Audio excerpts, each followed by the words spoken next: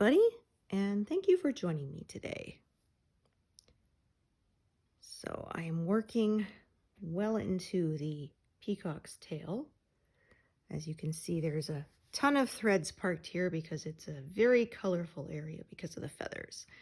And yeah, I think I have kind of a one scale there, and it kind of, the colors go around it. So I'm probably going to be working on the part that goes around it for a while today.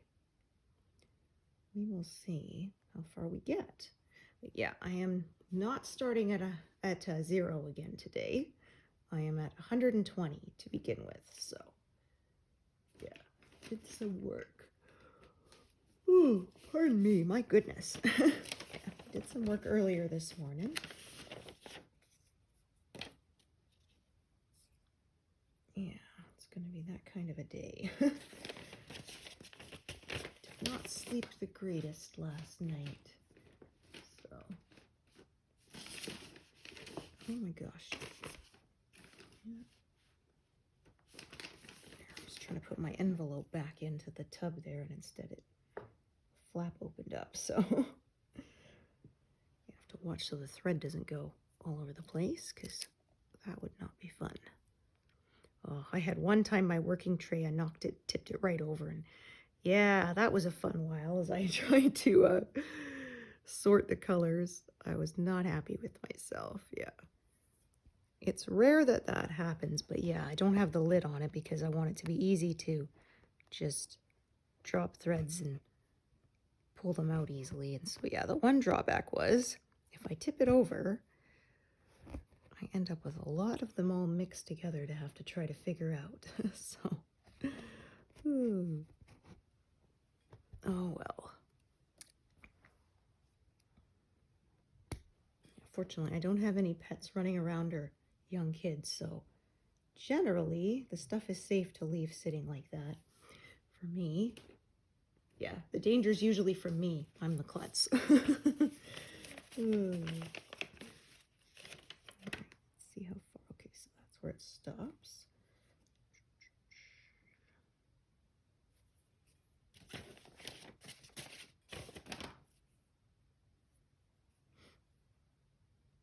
So yeah, I passed 54% this morning. I stopped last night at like 53.99. So yeah, it didn't take much to roll that over. So I'm thinking 55 by the end of the month might be attainable. We'll see what happens. But like I say, I'm not making it a goal. But yeah, I believe I have 3 more sessions after this one. And 1% is 3,070 stitches approximately. So yeah, it's possible. But this is a fairly, yeah, high confetti era. There's a lot of colors here. As like I said, you can see from the ton of threads that are parked there. So yeah, we will see what happens.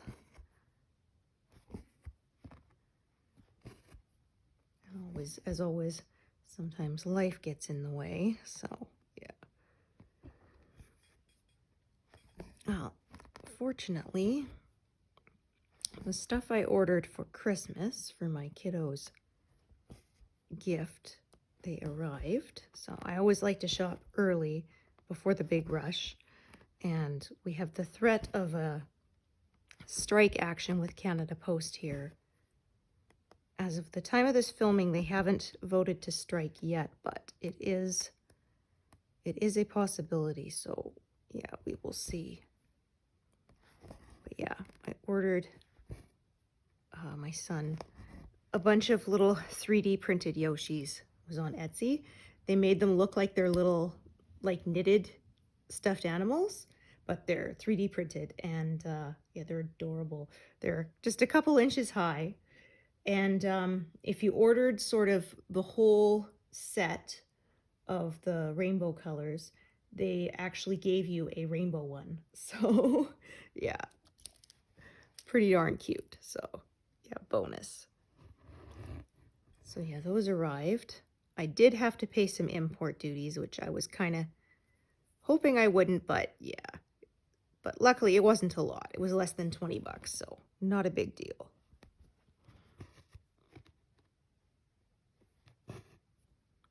Yeah, so that's his gift. He loves Yoshi. He has a stuffed animal collection. Well, he has lots of other animals besides Yoshi. He loves the stuffed animals. I said it's ridiculous, though, because I said, seriously, I said, you could take a different one for each day of the year and you would still have some left over. You have so many. Yeah. Well, he got a lot of my old stuffed animals from when I was a kid, and then, yeah, it's like his favorite thing to buy, so. Almost every year he buys a new PetSmart stuffy because they put them out for charity. So, yeah, he's got a whole collection. He had 8, I think, at last count, so now he bought a 9th one yesterday, so. And quite a few of them look the same, too. Very slight differences. There's one year, the guy had a hockey stick and skates and was wearing a hockey jersey, and yeah, all sorts of. One just had a scarf, and yeah, he's got all kinds of them. But yeah, the money goes for a good cause, so.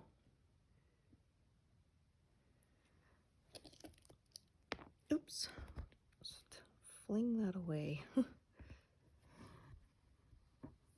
Okay, so yeah, not working precisely in order, but as per my usual, I always want to have the stitch I'm doing attached to, at least on one side, to something that has already been stitched. So that's my guideline. But yeah, so for his birthday, we got him a bunch of Yoshi stuffed animals. I think he's got like 8 of them or something. Yeah, they have a little, they have one of those gaming shops in towns where they sell all sorts of memorabilia. They sell classic pinball games, and yeah, they sell all sorts of, stuffed animals, t-shirts, all that kind of stuff, Nintendo stuff and all that. So yeah. Yeah, actually it was funny because we finished Legend of Zelda: The Echoes game. That was the one that actually was your protagonist was Princess Zelda, and she could make copies of things called echoes with her wand. So anyway, my husband finished that one, and then we have friends who are gamers as well, and they had bought the Link's Awakening, which is like a reboot of the classic Nintendo game, and so we just traded. Yeah, so we got that one, and we loaned them our copy of the Echoes of Wisdom, I think it was called. So yeah, okay, I'm gonna do so sometimes from the top, sometimes from the bottom. It just depends on the placement of the stitches and also just what I feel like doing next. So, but yeah, I've been playing it. So it's kind of fun because we said like it's 3D graphics, but it's not like, say, Tears of the Kingdom or something where you can go into first-person camera. It's still like a rolling screen like the classic Nintendo, and it's just that the graphics in it all look 3D. So like the trees and stuff actually look, 3-dimensional and that, yeah. So I said they kind of look like Lego trees, actually.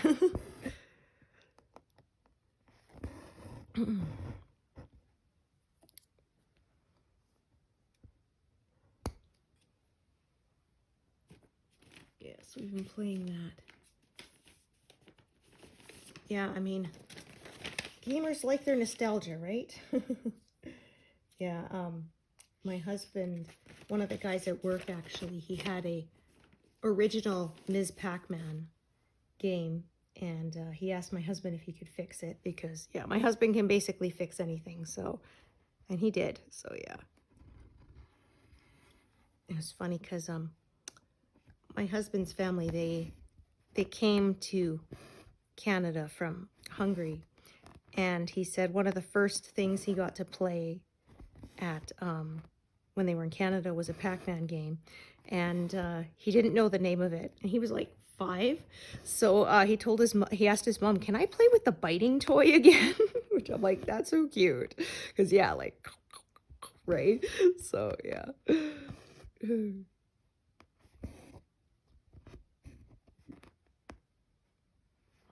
Yeah, I had a free little knockoff Pac-Man game that was on my way old, like, Windows 3.1 computer when I was a kid. And it only had like 10 levels. And it was one of those little, what did they call it? They had like a game sharing or something, so you could buy the game really cheap, like $5 or something. But yeah, a lot of times it was just a few levels because they wanted you to, of course, go and order the full game. So yeah. But the last level, I remember the way it was designed, there was this big sort of place you could hide behind. And so I would sit there and wait until all of the ghosts came out, then come up, bite one of the power pills, and get all 4 of them like in a row. Yeah, so it was kind of a little cheat I discovered. So yeah, I put the high score up on that one pretty quick. Yeah, so I may end up closing some stuff in here. That's kind of just inevitable sometimes. I try to avoid it, but yeah, like I say, sometimes I just cannot. But for the most part, I try to not do it. But yeah, I remember there was one called Mystic Towers, which I quite enjoyed. It was like a big kind of puzzle game. Like it was one of those where your little guy, if he pushes a button or pulls a lever in a different room, it opens a door in another one, and you sort of had to figure out the whole order of it through the whole game. And it only had the first tower, and then because we got it from like the dollar store for like $5, right? And years later I wanted to buy it, and my computer was so fast that it wouldn't play it anymore. Yeah, because it was one of those, they designed it to run on an old like Windows 3.1 computer, and of course by the time I managed to track down a copy as an adult, you know, we were using like Windows 2000 or something. So yeah, because a lot of those old games, they didn't bother programming in the speed, the processing speed. They just counted on the fact that your computer would have a slow processing speed. So yeah, if you tried to play it, it would just get errors. So yeah, my husband had to download this little shell thing that I could use that could just temporarily slow your computer down while that game was running so that I could actually play it. Yeah. So yeah, they didn't bother redesigning it or anything like that. Okay, I'm going to put a full-length piece here. Oh my gosh, and let's try not to tie knots in it.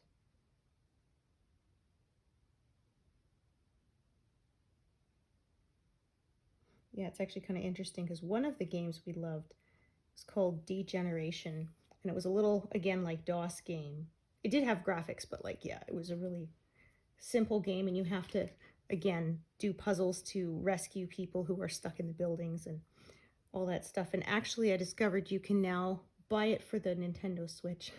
So I should do that because my sister and I love that game. Yeah, we played it all the time.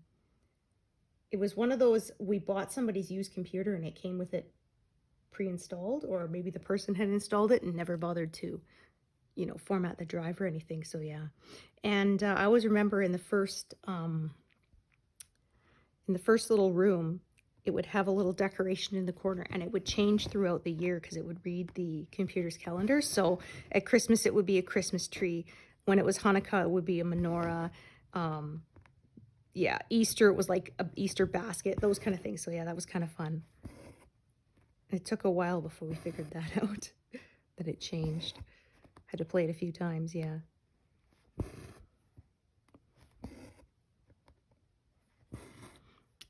Yeah, and then at the end it would say, you know, you saved the world from this, you know, terror or whatever. And then it says, but unfortunately, this means you are now unemployed. And then that was the end of the game. So yeah, it was funny.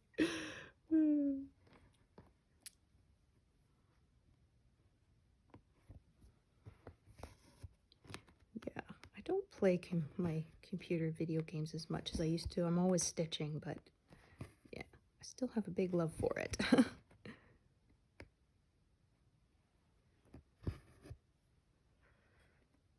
Okay, sorry, my table is being really squeaky. It's rather irritating. I find it's when the little bracer bar rides up from underneath the couch. Yeah, because it's a table that kind of reaches over the edge of the couch, so I can bring things really close to me. And it's got a little bracing bar between the legs, and if it, slips out from underneath the couch, then it starts making creaking sounds, and it gets really annoying. At least to me, anyway. But yeah, I moved it around. It seems to be not making that sound anymore. Yeah, I forgot to double check before I started filming that it was in the correct position so it wouldn't make that sound. It's a cheap table, yeah. I got it for like 25 bucks, but it does the job. Yeah. I said you can't put much weight on it, but I have it on pillows because I have pillows stacked up for my arm to rest on, so it works. Yeah, it's not like the good ones you get at the hospital where you could put a fair amount of weight on it. This one is pretty wimpy. Okay.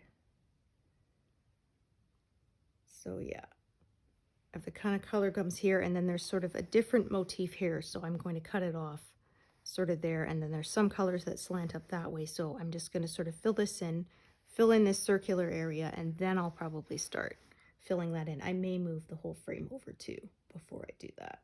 We'll just see. Because yeah, that's what this method I stitch now. I follow the shape of the colors, so instead of going diagonally, so sometimes I end up with some, interesting shapes on my work. What I find helped me to stitch a little faster than when I was kind of trying to force it to stay diagonal.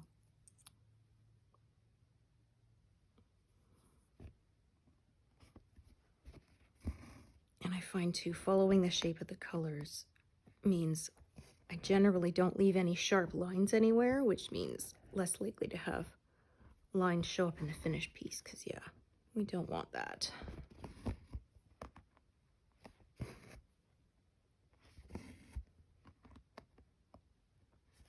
Yeah, like I said, lots of colors, lots of these ones that is just a single stitch.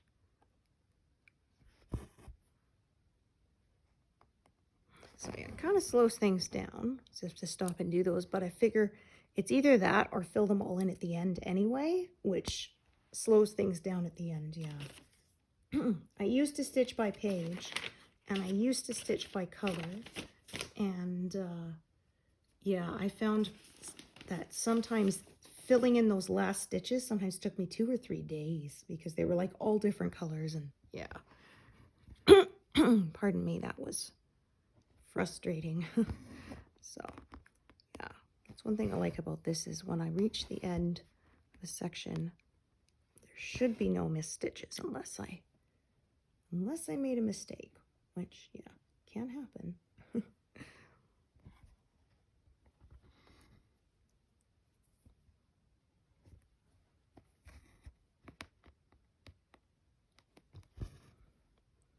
Okay, yeah, I think that is all I'm going to get out of that.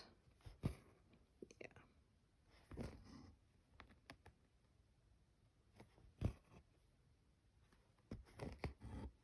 Well, thread has to run out sometime, right? Okay, so we did those two.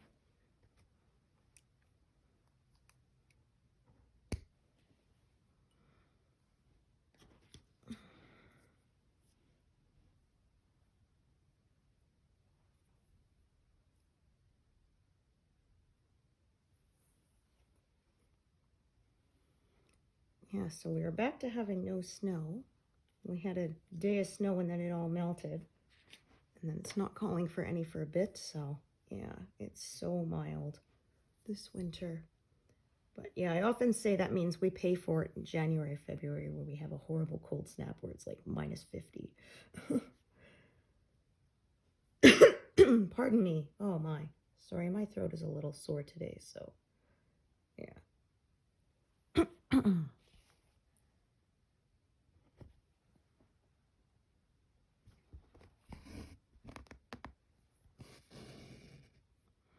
Yeah, I hope I'm not coming down with anything, but you never know. It definitely is that time of year.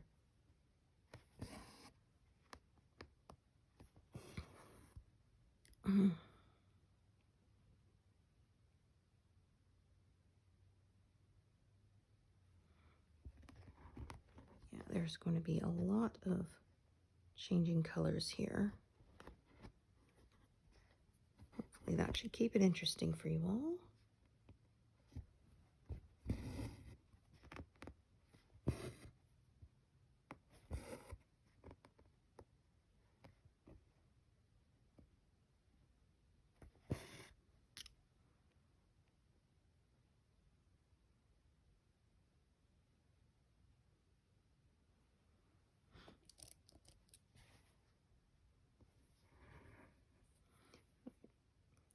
Thinking I might park this up over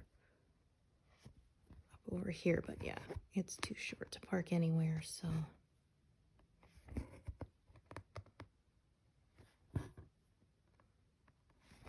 yeah, for the moment working from the bottom up, but I may work some from the top down as I get closer to it and meet in the middle. We'll see. But yeah, this section here was like 3 dozen different colors, so yeah, there was a lot of color changing going on there.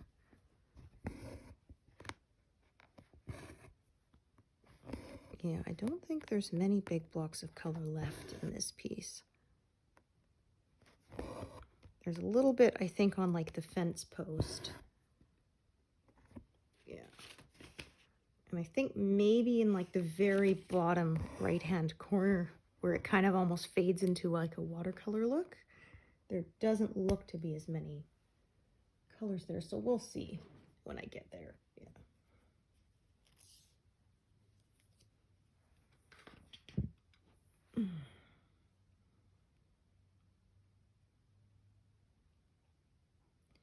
Okay. A lot of greens out right now.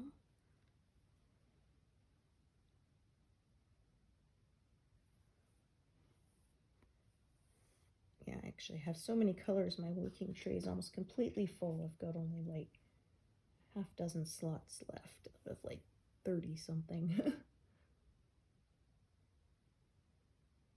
Yeah. Yeah, I have, technically there's 32, but 2 of the slots are smaller because where the latch is for the lid, so it's really 30 spots, so yeah. Yeah, sometimes when I'm working in an area with not many colors, I'll only have, 5 or 6 of them filled, but yeah, like I said, this is an area with a ton of colors. It's the most colorful part of the pattern, I should say, where the tail is. Oh, I missed a stitch. Yeah, 1, 2, 3. Yeah, I kind of thought something looked different. Parked there. I missed the one that is to the left of it. Oh yeah, darn. I hate when I do that. Yeah, I miscounted something. Oh well, that's okay. I would rather have missed a stitch than done an extra. Yeah. I find a missed stitch is easier to add in later than, yeah. When there's an extra, you have to decide if you want to leave it, rip it out, or in some cases, some people I know just stitch over it with the correct color, which can work as long as you don't have a dark color and you're stitching over it with a light color, because yeah, then it can show through. But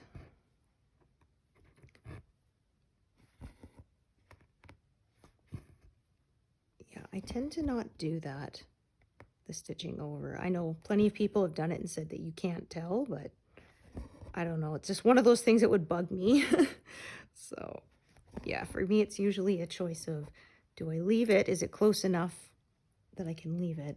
or do I rip it out and restitch in the correct color? So, but again, as long as you're happy with how it turns out, that's the important thing. There's no stitching police.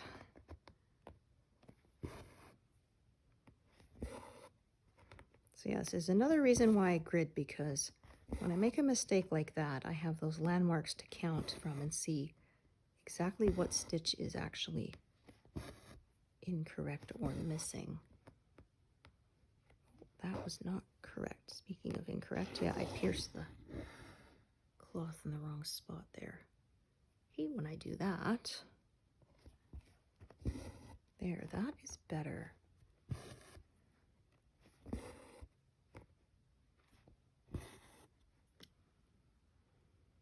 Yeah, I always say gridding helps me when I make mistakes because, yeah. Yeah, unfortunately, it's not an if, it's a when. Mistakes happen.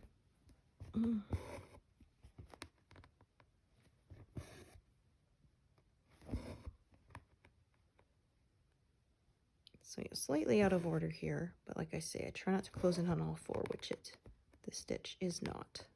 It's only on 3, so no problem.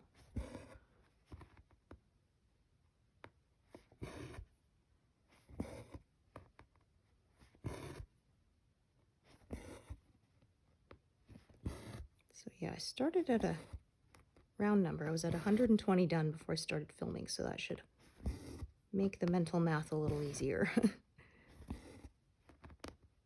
To figure out how many I actually got done on camera with you all.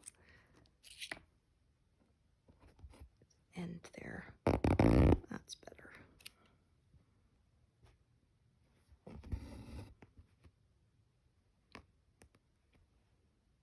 Okay, so I did those. I'm gonna do these.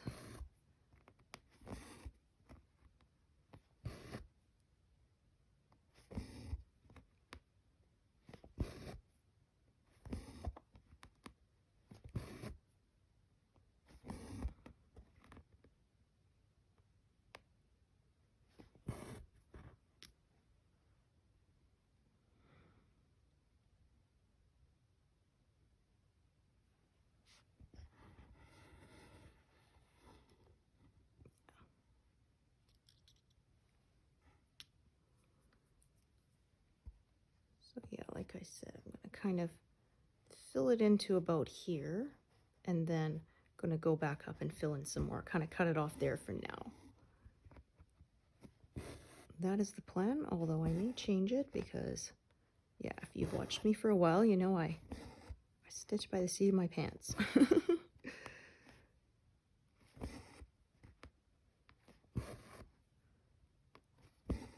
will change my mind as I go.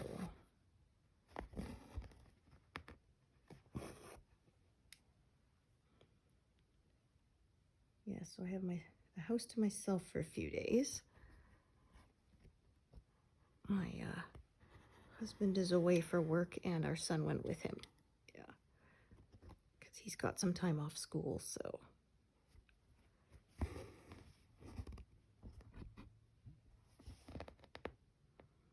Yeah, he loves spending time with his dad, so.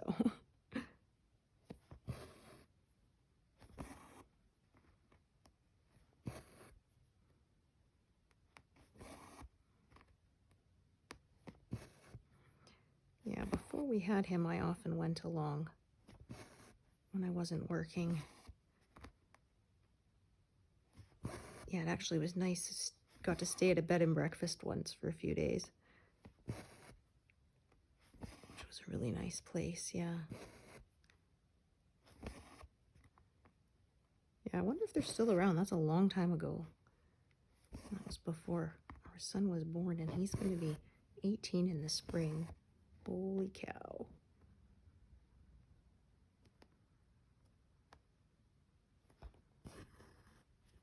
It really does go fast. And people say that and you don't believe it.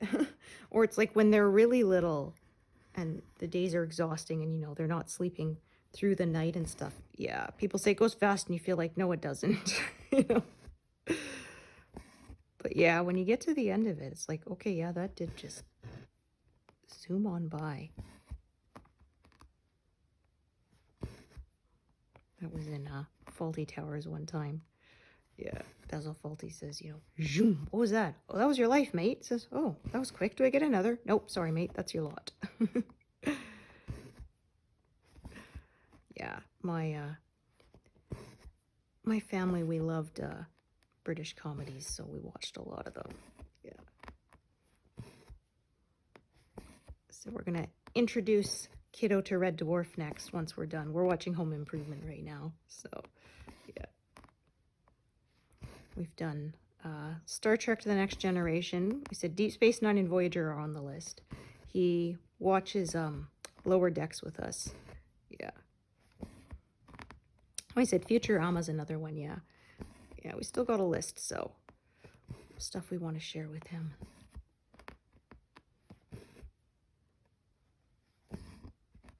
Well, I said if you like Lower Decks, then you'll like Futurama because it's like Star Trek and Futurama got mashed together.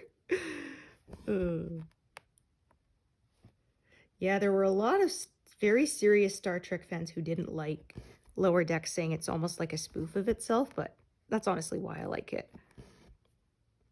I said, honestly, that's one of the great things about Star Trek. They can make you laugh. They can break your heart, you know. Sometimes one episode to the next, sometimes in the same episode. Yeah. Like I said, Deep Space Nine was my favorite. And I said it got the reputation as being the darkest series. But I said it had the most funny moments too. Yeah. The most ones that would just have me laughing to the point of tears. Yeah.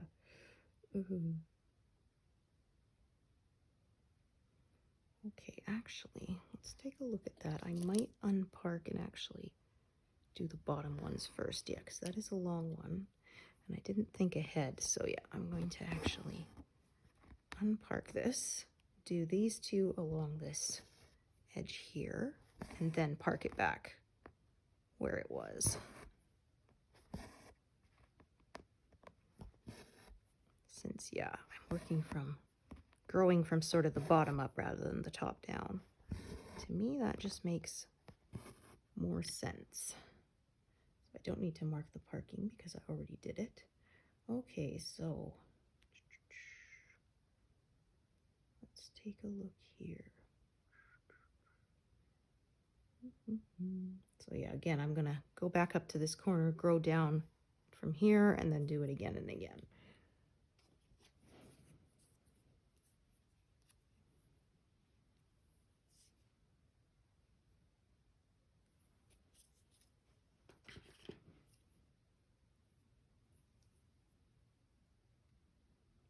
So yeah, the way I'm stitching now, you can see I have some, like I say, little indentations here, and it's not perfectly smooth, but then I come back and smooth them out. Okay, so do those. But yeah, we told Kiddo that actually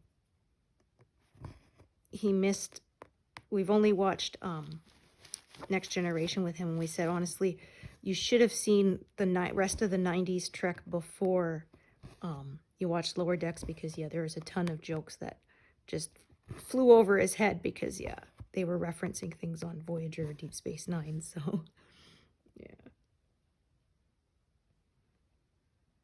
Okay, so I have a thread here. All right, so it's a long one. So I'm gonna find a shorter one here.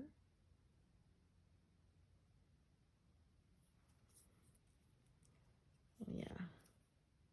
Yeah, another one is, we want to show them eventually, is Battlestar Galactica, the reboot from the early 2000s. Yeah, it's funny because I kind of remember vaguely hearing about it when it was on, but I didn't really watch it at the time. And then it was one of those, the Amazon algorithm recommended it to me, and the boxed set was like on sale really cheap for like $40 or something for the entire series. And I kind of went, well, I'll give it a chance, you know, for that amount of money. And the algorithm's usually pretty accurate, I find. So, and plus, Ronald D. Moore, I think he's a genius. I've loved everything he's worked on pretty much. So, yeah. So, and I was definitely glad because, yeah, I really enjoyed it. I said it was so good that even though I think we finished it in like 2015 or something, we still have the, oh, I can't believe the show's over hangover from it. Yeah.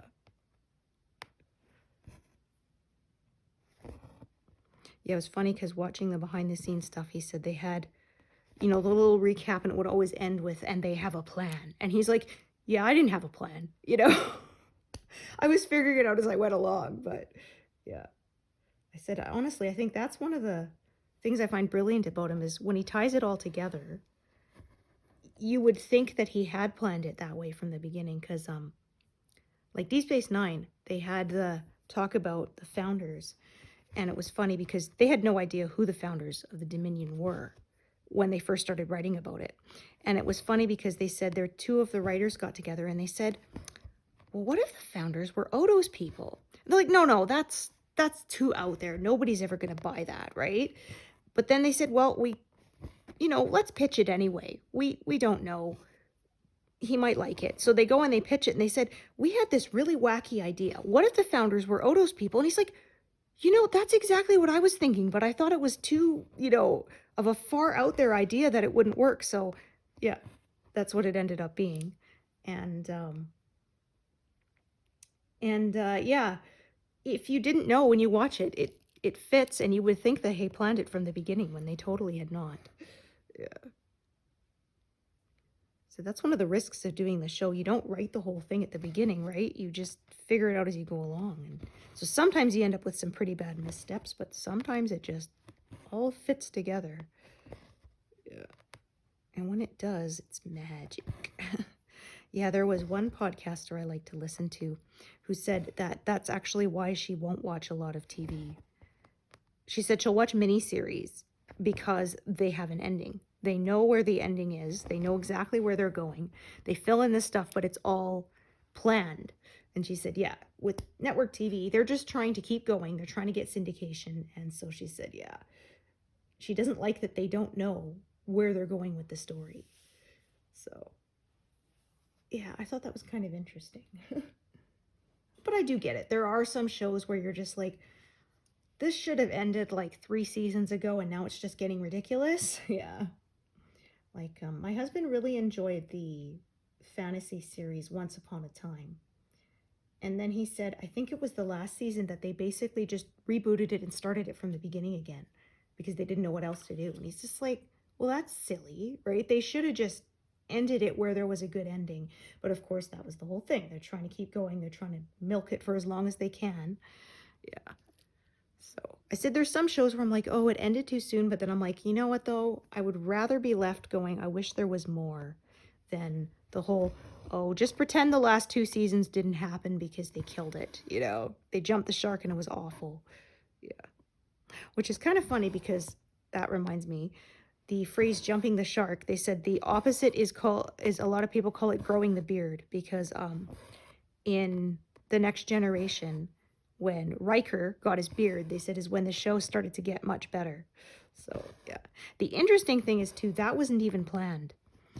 Yeah, they said he let his beard grow over the break, and he was planning to shave it again, when they started production, but he came in for their rehearsals and all that. And somebody said, that actually looks pretty good. Said if we trimmed it up and made it nice and neat, Navy is allowed to have beards, and so why not? So they tried it, and yeah, it was a big hit. So, and yeah, now when you go back and watch season 1, it's actually weird to see him without a beard, right? Yeah.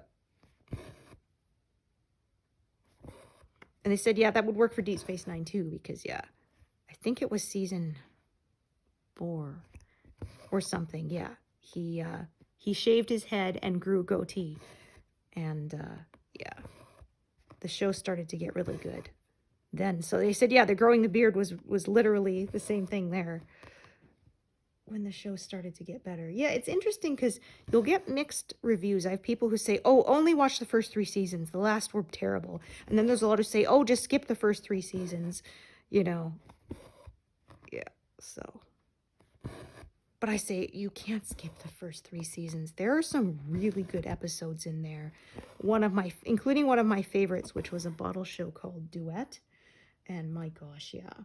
That was one of the best episodes. I think it was one of the highest rated episodes they ever made in that whole series. And so I said, yeah, you can't. And again, it was one of those that was made as a cost-cutting episode, but it was so good. I always cry.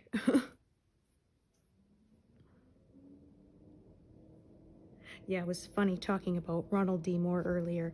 I've been reading a behind-the-scenes book about The Next Generation, and he said the way he got on the show was one of those things that would never happen today. He said he was a hopeful writer, and he went on a tour of the set because, you know, you could pay to go do that, and he brought along a script he'd written and managed to just sort of say, hey, I wrote a script, would you mind looking at it and handing it off to someone?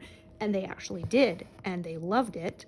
And they brought him on the show, and he said, like, that would never happen nowadays, right? But yeah, he kind of lucked into it. And I said, yeah, I often tell people that the 3rd season of The Next Generation of Star Trek was when it really started to get good. And I think, not coincidentally, that is when he joined the writing team. Yeah. Oh, man. That makes me think of another thing. Saying about they don't know where they're going was, yeah, the head writer, he wrote part 1 of The Best of Both Worlds, which is considered the best episodes, 2 episodes of Star Trek: The Next Generation. They're definitely my favorite. And he wrote it, of course, it was the cliffhanger for season 3, I believe. And yeah, he said he had no idea how it was going to end. Like, he built what appeared to be, you know, a completely impossible situation. There's no way the good guys are going to win. You know, humanity, the whole, you know, galaxy is doomed or whatever. And he said, well, that's because his contract was expiring and he was leaving. So he said, I didn't care. I didn't matter because I wasn't going to have to deal with it, you know. I didn't know how it ended, and but that was going to be somebody else's problem, you know, when they started up the writing again for season 4. And he said, but then, you know, they said, no, we really want you to stay. You know, you're so good at this. And they offered him a good contract and he accepted. He's like, so then I came back and it was like, oh man, now I actually have to figure out this problem that I thought I had left for some, you know, this mess I thought I left for someone else to clean up. Now it is my problem, you know. Oh. So yeah, that was pretty funny.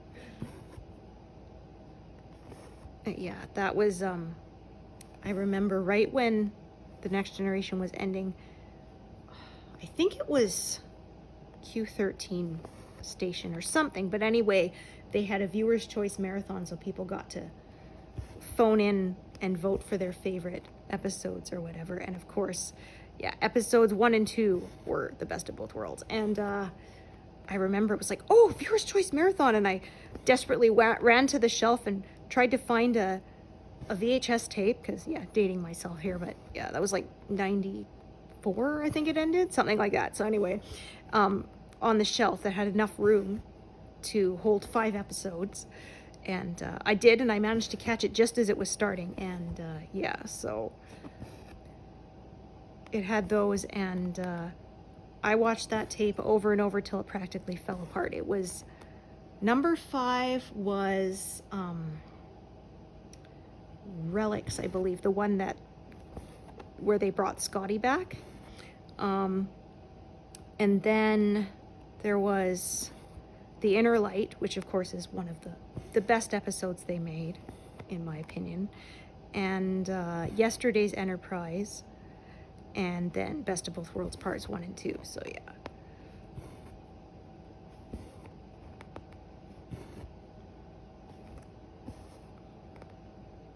Yeah, I personally wasn't as big of a fan as the episode Relics. I think I would have picked The Offspring for one of the top 5 if it was up to me. Yeah, that was the one when Data has a daughter, creates an android in his own image to be his daughter. Yes. Such a good episode. In fact, Michael Dorn, who played Worf, said that was his favorite episode of the entire series. And he was barely in it. But yeah.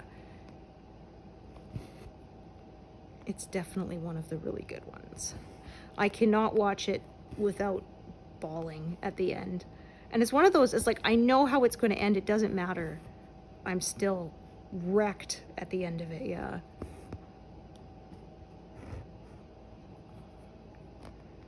But yeah, it's funny because that was another one, the Inner Light, that was worked on. And they said kind of, well, it was one of those, we need a show, right? We're out of ideas. We need something. Because somebody had come up with this idea and they're like, I'm not sure it would work, but, you know, we need a show. We need a script for this week. So, you know, we'll just do this storyline.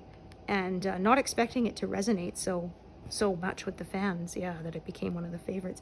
And he said, now we might not have done it because we said, like, it's an experience that you would realize nowadays would probably leave someone with some kind of PTSD, right? But he said at the time, yeah, we didn't have time to really think about the long-term effects it would have on the character. We just needed a script for the week. So, but it's like, well, I'm kind of glad they didn't have time to think better of it, you know, because we would have missed out on a great story. So, oh my gosh, what happened here? Oh my goodness. Ah, that is not good. Oh, I pierced the fabric, and when I tried to rip it up, I think I split the strand. Oh. Are you gonna work? Or are you gonna be? Oh man, that sucks. I can't believe I did that. Is there a knot on the back? Is that what it is? Oh, look at that. That's terrible. Yeah, it's, oh, split apart. Oh, that's terrible. Look at that. Oh, yeah, I wrecked it. Oh my gosh. That is no good. Okay. Oh, well, I'm not happy with that. Can I pull this back? Or is it stuck? Okay. Yeah, it looks like that's not going to come out. So, gee, that'll teach me to be careful when I'm ripping out a mistake. Oh, yeah, that's what I did. My needle pierced the thread and actually split the fibers apart. Oh, what a mess. Okay, well, it didn't want to come out on its own, so I think I can pull this to the back and I'll stitch over it. Yeah. My gosh. What a terrible mess. Yeah, I've done this before and it stayed secure, so. My gosh. Gotta pay attention to what I'm doing there. Yeah, because if you split the fibers, you can actually tear the thread in two, as you can see. That's exactly what I did there. Okay, well, we'll start with a new one. Yeah, and sort of as I'm stitching, I just carefully hold that end there and make sure that I stitch over it and through it with the working thread. And then, yeah, trust me, that is not coming out. Because I had one time, one of my sparked threads got wrapped around by accident and I stitched through it and there was no picking it out of those stitches. It was stuck in there good. So I ended up having to trim it and just leave that bit of end, yeah, kind of snagged in the back because there was no undoing that. It was stuck there till kingdom come. So yeah, if that had pulled out easily, I would have ripped back enough until I had enough of a thread to tie it off, but since it was stuck in there already, I feel safe with saying it's going to stay stuck in the piece and it won't undo itself. So, yeah, don't mind me, I'm just kind of ducking my head under here to make sure I catch that thread with this working thread. And once it's been stitched over, It will not go anywhere. In fact, there are some people that is how they secure their threads entirely, is they weave the ends as waist threads through their work and stitch over it. And yeah, it's not for me because I kind of feel like I have enough threads already coming through the fabric with all the parked ones, but yeah, it is one a lot of people prefer to do, and it works. Okay. Yeah, my gosh, what a big mess that was.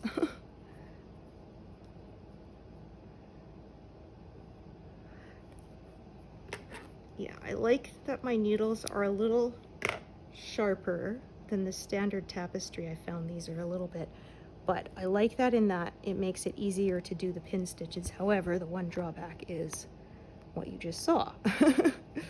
Yeah.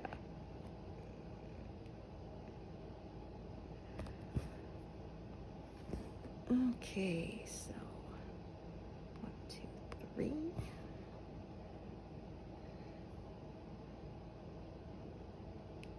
Yeah, that rarely happens, but did today. So yeah, like I said, this is sort of where it starts to curve up this way again, so I'm just going to finish filling in sort of this bit here and go back up and fill in some more there. So again, just looking at the back of my work again. Yeah, that thread has been successfully stitched over and it should not be going anywhere. Should be successfully secured.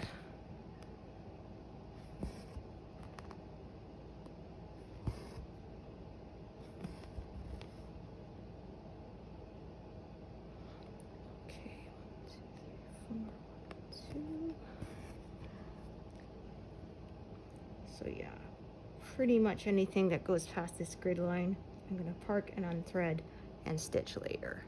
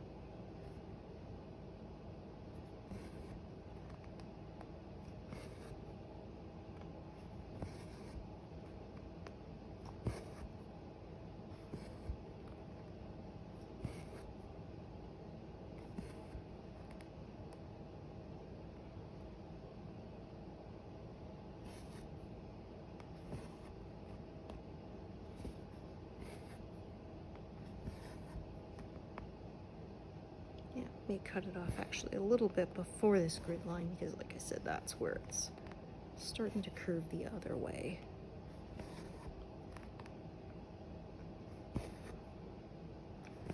Yeah, so I sort of had this deep inlet here and then now I'm slowly filling it in. Slowly squaring it off.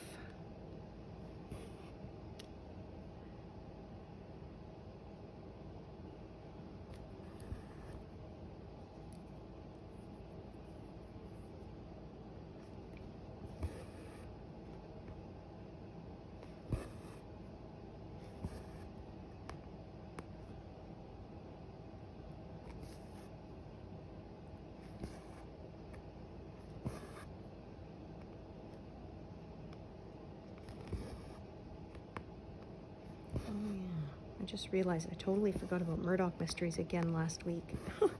Yeah, I mentioned this before, but they changed it. They no longer air the new ones. You have to stream them. And that means I have to remember what day it releases. And of course, I'm terrible at remembering stuff, so yeah, sometimes now forget 2-3 weeks in a row. Okay, although it's kind of nice, then I get to binge, you know, a couple episodes in a row. But yeah, nah. I don't know why they did that, because like I said, the streaming is still free. Like, I feel like streaming should be an option. I don't like that they try to force you to do it. Yeah. Maybe that's just me. I'm a very don't tell me what to do kind of person.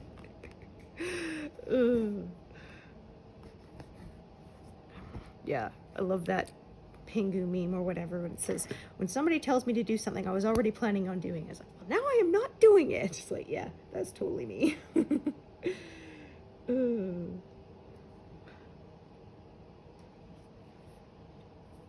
Yeah, I said that's one of those ones that annoys me too. They use that in titles for ebooks on stuff on Amazon now, the optimization, and it'll say like, you know, the name of the book and then a gripping, unputdownable thriller that will keep you on the edge of your seat, or, you know, the best book you will read this year. And I said, as soon as I read that, I'm just like, well, maybe I was interested, but now I'm just like, well, you have a high opinion of yourself.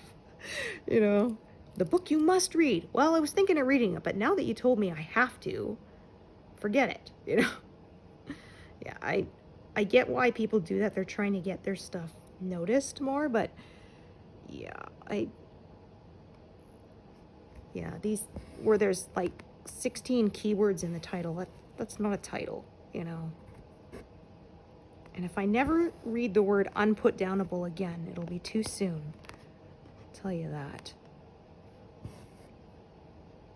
Like I said, I don't mind when they include things like, this is book 3 in the whatever series, or, you know, this is a World War II novel, or whatever.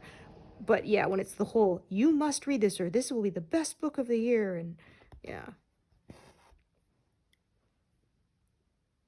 An obvious million keywords, yeah, just bugs me. That's not a title, that's a sales pitch.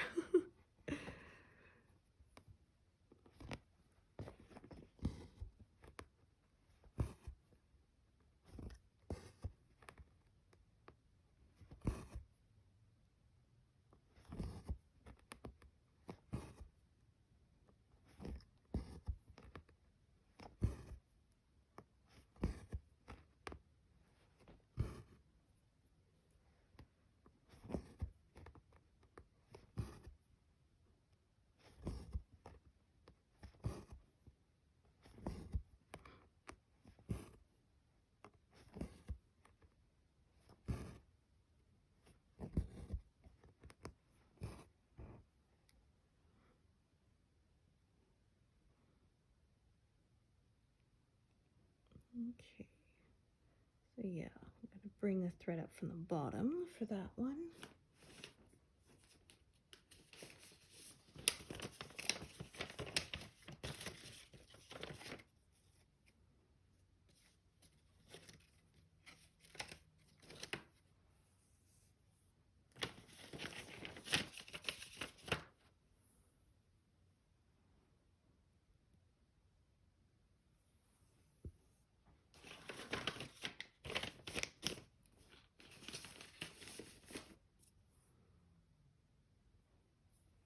Look at that. I'm about to make my total pretty soon go over to 166,000 total. Not bad.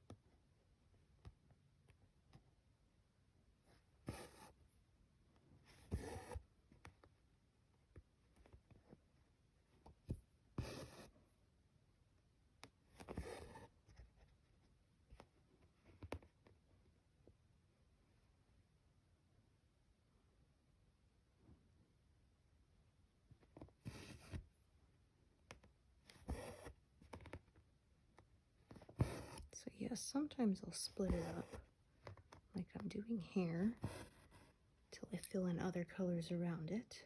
Oops, that meant to be a park. There we go. Okay, so yeah, again, I don't have a thread attached, so again, I'm going to bring the thread up from the bottom up, because that is what makes sense to me.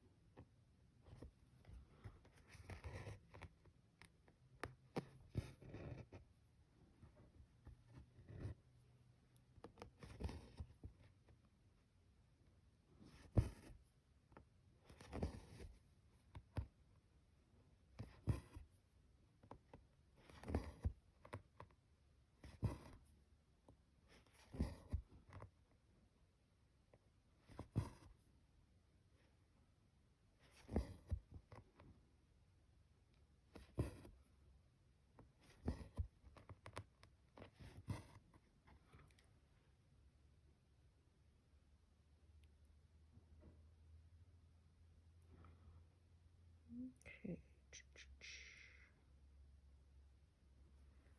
Okay, so now I'm working from the top down, so yeah, just kind of building out from the edges, as usual.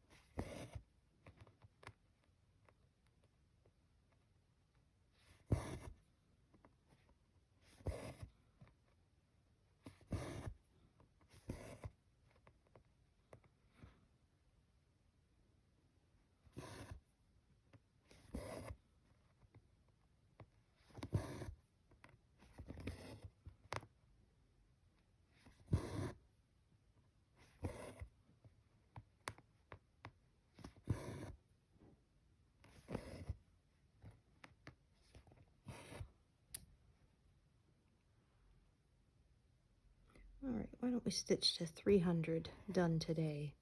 Like I said, I did 120 of it before I started filming, but that's still a good number.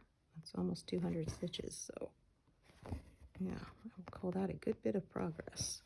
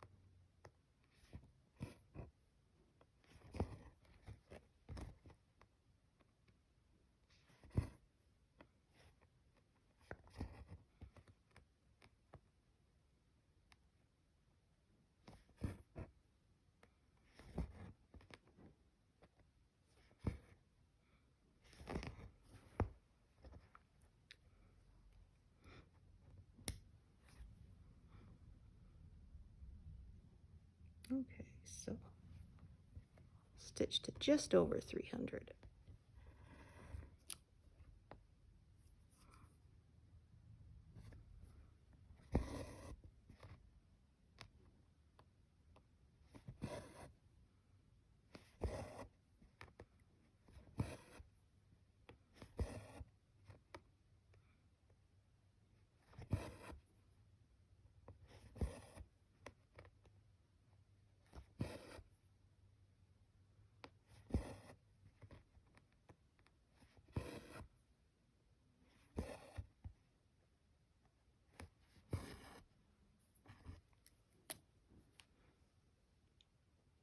So yeah, I'm pretty happy with that progress that I made today. So thank you so much for joining me today, and hope to see you here next time. Thanks, everyone.